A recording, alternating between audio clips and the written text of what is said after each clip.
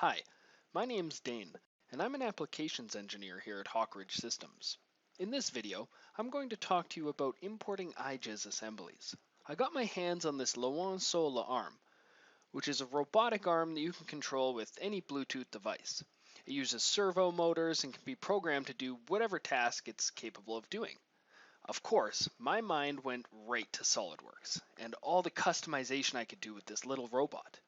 I got an IGES file from the manufacturer, and in this video I'm going to talk about some of the common import struggles when using SOLIDWORKS and the unique solutions that I devised. I have two methods of import for the IGES file. I can do the traditional import into SOLIDWORKS, which will convert the file into a SOLIDWORKS file, or I can use 3D Interconnect to read the data in its native format. 3D Interconnect was introduced in 2017 and can be toggled on and off in the import section of the system options. On the screen, you can see two files, each created by opening the IGES file with both methods. The file on the left uses 3D Interconnect, and as you can see, it's a SOLIDWORKS assembly with the IGES assembly as its first component. The symbology of the icon is the SOLIDWORKS assembly icon with an arrow representing its external link to the IGES file. Expanding the assembly shows all of the part files with the same 3D Interconnect icon, meaning they're all reading their geometric information from the IGES file. Inside the part files, you can see a 3D Interconnect icon feature with the solid body generated from the IGES file. The arrow after the feature tells us that this feature has an external reference, and the name of the body tells us the IGES file that it's referencing. 3D Interconnect is great for when you're using purchased parts inside of your designs, and they're shared with you in a non-SOLIDWORKS format. If the vendor makes a change to the part design, all they have to do is share a new file with you, and it will update in all of the assemblies you use it in, because the data is being read and not converted. So as the supply chain updates, so does your SOLIDWORKS data, so you can quickly and easily ensure your design still functions as initially intended. Since I've already purchased this arm, and I'm not expecting any more communication from the vendor, these extra references are going to be of no benefit to me. That's why I chose the standard import and conversion method, like you see on the right side of the screen. This method makes a SOLIDWORKS assembly full of part files. Inside of the part file is an import feature which does not maintain a link to the IGES file. Once the data is converted, you can use feature recognition to parameterize the model to make it easier to edit and work with. FeatureWorks has an automatic and interactive mode and can generate sketches and features for sheet metal or regular solid models.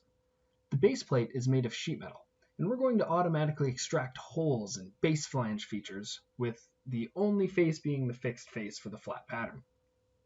SOLIDWORKS makes quick work of the part and generates multiple features and sketches. Since the sketches are underdefined, the fully defined sketch tool will create the dimensions and relations needed for easily editing and drawing creation if you need to do additional machining to any imported components. You can also use direct editing techniques like Instant 3D to reposition or reshape any of the components. This IGES file contains 305 parts, and 82 of those are unique. That would be a lot of part files generated if I were to save this assembly.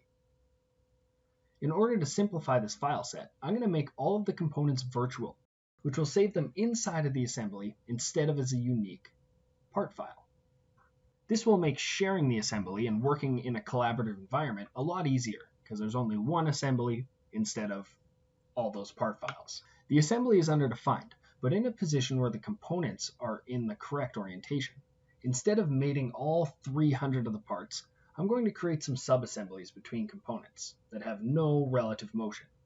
For example, this lower arm section that I'm box selecting is rigidly connected, so I can create a new subassembly while inside the main assembly to maintain their position to one another, but allow the entire subassembly to move. This saves me a bunch of mates and helps organize all the parts. So once all the mates and subassemblies are created, I want to be able to easily move the robot around. Just dragging on components is cumbersome and difficult to isolate the joints, so the mate controller tool is what I want to use.